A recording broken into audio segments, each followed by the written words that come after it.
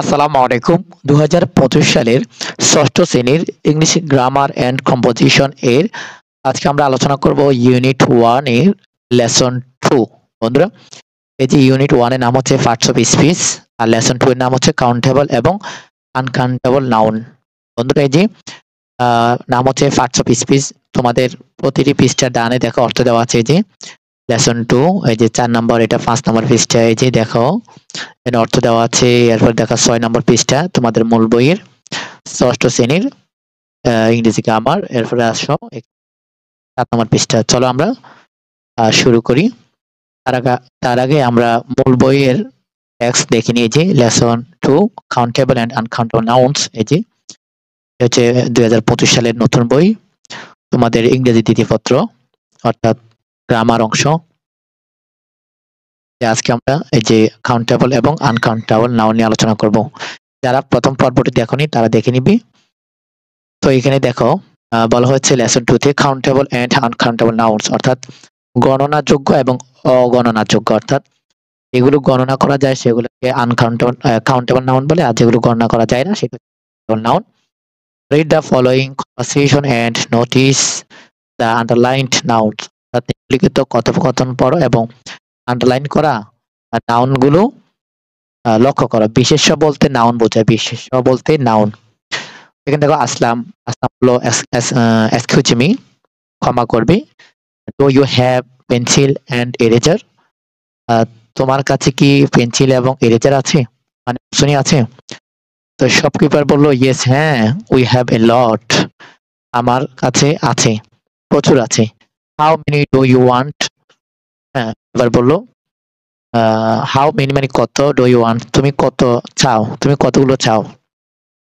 তো আসলাম বললো I need one pencil, আমার একটা পেন্সিল প্রয়োজন, এন্ড ওয়ান ইরেজার এবং একটা অপশনই প্রয়োজন। বন্ধুরা, এই যে কথোপকথন আছে এখানে দেখো পেন্সিল, ইরেজার, এরপর পেন্সিল, এখানে আন্ডারলাইন করা আছে যে সব, হ্যাঁ, এগুলো হচ্ছে কি গণনা করা যায়, এটাকে কাউন্টেবল নাউন বলে।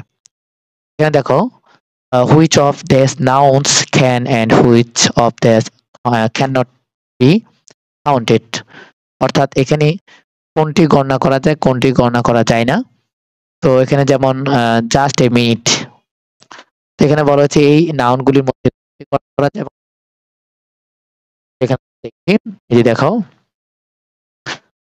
এরপরে those which you can count are called countable noun, অর্থাৎ এগুলোর মধ্যে যেগুলো গণনা করা যায় সেটা countable, and those which you can not count are called যেগুলো গণনা করা যায় না সেটা।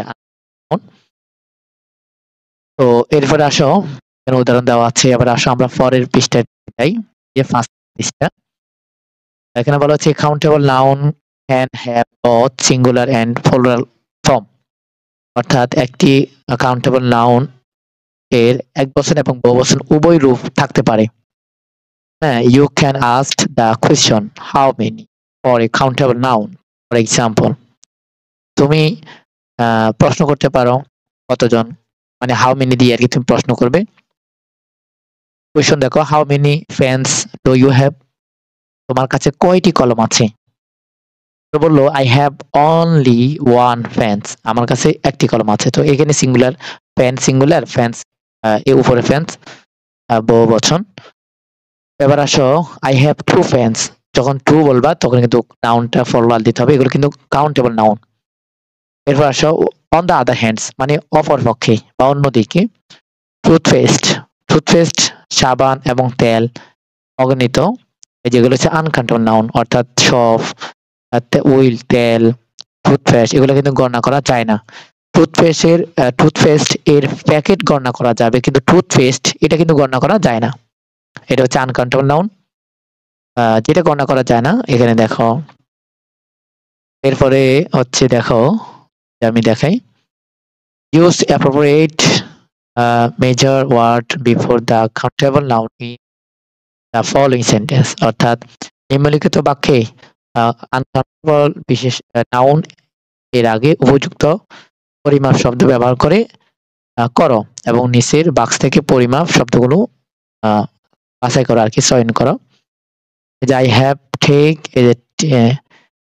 টি এ ডি, মানে একদিনে 1 কাপ চা, তাহলে এটা চা টি। টি কিন্তু এটা পানি জাতীয়, গণনা করা যাবে না।